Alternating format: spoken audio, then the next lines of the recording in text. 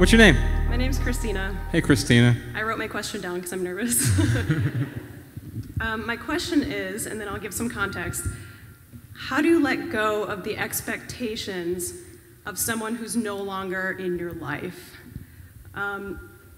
Last year, kind of similar to Josh's story, I lost my mom and my serious relationship ended, which was absolutely devastating.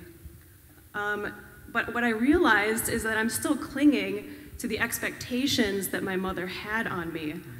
I always felt sort of fortunate that she didn't put pressure on me to get married or have kids. She never said, I really want grandchildren, like what's up with that? But I realized now that she's gone, she did have career expectations of me to always make money, always achieve more, always do huge things. And now I am doing big things. I am earning more. I am self-sufficient and independent, and those are all incredible things. But I realize that I'm trying to prove myself to somebody, and that person isn't here anymore. Wow. I'm sorry for your loss, and I applaud the bravery of this question, because you have a couple options here. You can meet her expectations, right, and make yourself miserable, it sounds like.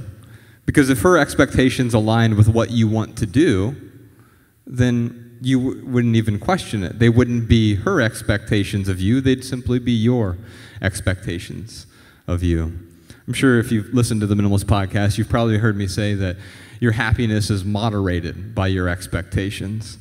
The unfortunate thing about that is our happiness is usually moderated by other people's expectations that are thrust upon us. So the how to let go is not about doing something. I wish there were 3 things I could tell you to do and then they would simply drop.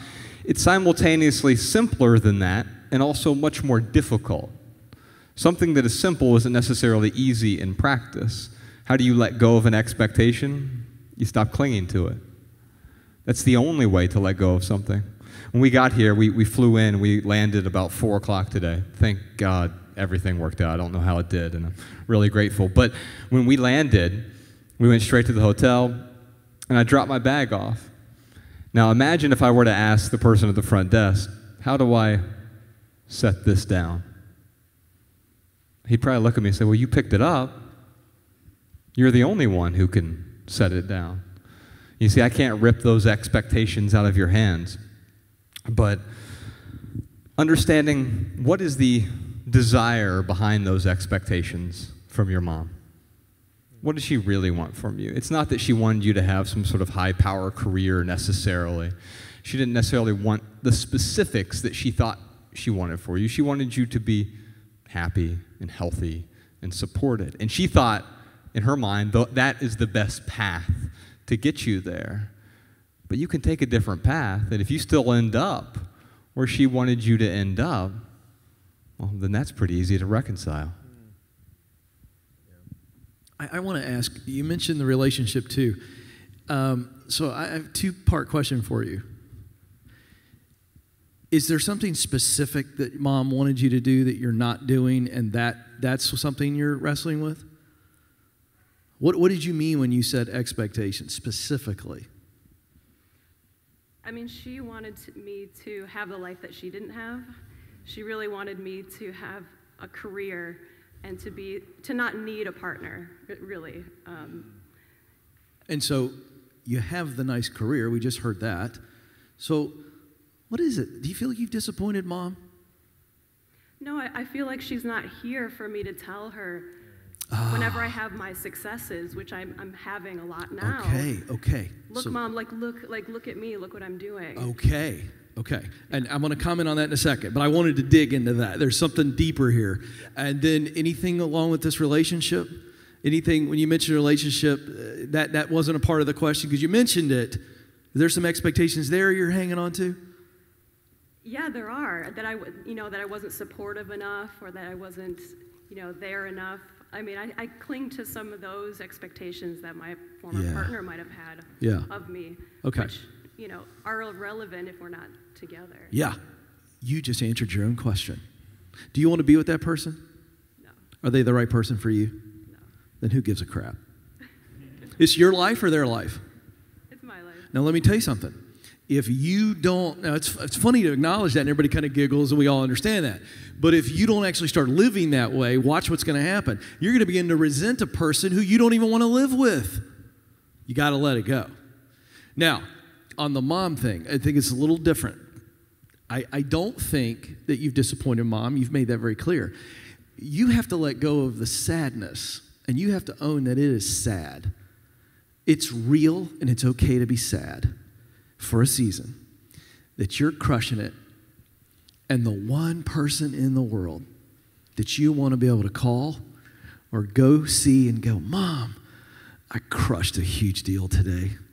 And you just want mom to go, I'm so proud of you, baby. Hey, listen, that's just being a human. And there's going to be moments like that for you for a long time. And it's okay that you're crying, and it's okay that you're sad. But you can't do anything about that. You can't bring mom back. So hold on to the memory of what she wanted for you, which Joshua really laid out beautifully, and know that she sees you, know that she's proud of you, and that's all you can hold on to. You hear me? But you're doing great. Can we give her some love? She's crushing it.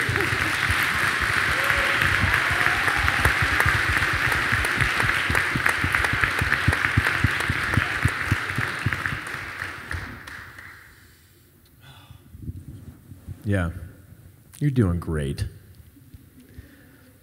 You know, any of these expectations that we hold on to, especially when it comes from other people, like there's nothing wrong with that. Like the question is, we have to ask, like, is it serving the life we want to live?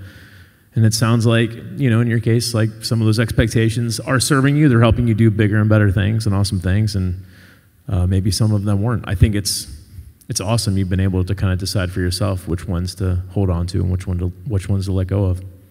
It's amazing. Hey, I'll tell something personal here. So one little quirky thing about me that my friends make fun of me for is I listen to Christmas music every day. Okay, 365 days a year. I'm not kidding. The people closest to me can verify that it's true. He makes us play it on the podcast whenever he comes.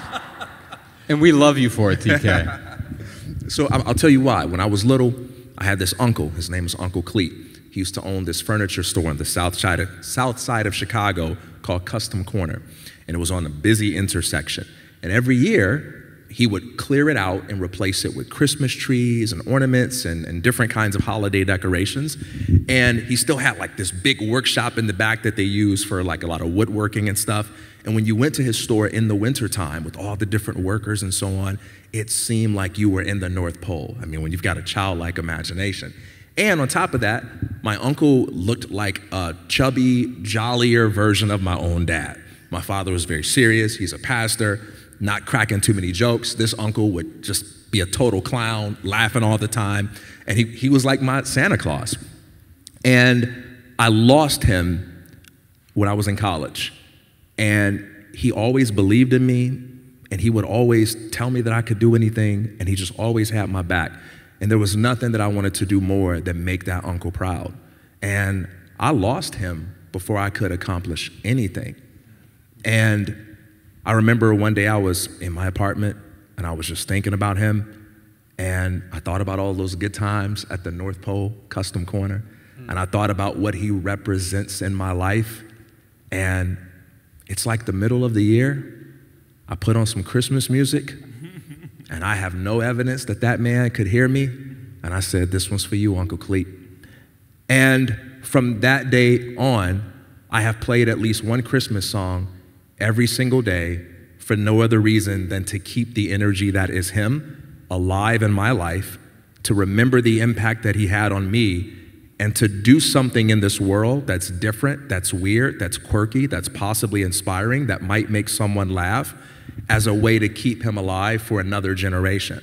And I say that because even though we lose people, there's nothing wrong with doing things that honor the impact that they had on our lives. And that's a way that the energy of who they are can continue to live through us. And so I think there's something okay to have a moment that you set aside and you say, I did it, Mom. And you might not be able to hear me, but I did it, Mom. And I'm gonna set aside this moment in honor of you, and I'm going to tell your story and keep you alive in that way. Someone is going to know your name and the impact that you had on me because of what I achieve on this earth, because I'm never going to shut up about you. I'm keeping you alive. I think it's okay to do that. Wow. Christina, we love you. Thank you so much. Did you enjoy this standalone Patreon highlight? If so, you can listen to full episodes of the Minimalist Private Podcast, available exclusively on Patreon. Visit patreon.com/theminimalists or click the link in the description. Your support keeps our podcast and YouTube channel 100% advertisement free.